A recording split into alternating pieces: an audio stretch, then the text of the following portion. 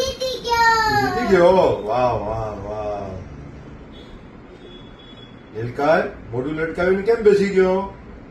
મને બોર થાય છે, મને કઈક બારે લઈ જશો? હા, ક્યાં જવું છે બોલ, તને બહાર લઈ જઈશ. વડતાલમાં છે ને હરિકૃષ્ણ મહારાજનું દ્વિશતાબ્દી મહોત્સવ આવવાનો છે, મને ત્યાં લઈ જશો? હા, જરૂર લઈ જઈશ. બહુ સારું, તું સરસ વાત તમે કરી. આપણે બધા હરિભક્તોને કહેશું ત્યાં આવવા માટે, અને મારા બધા મિત્રને કહીશ ત્યાં આવવા માટે.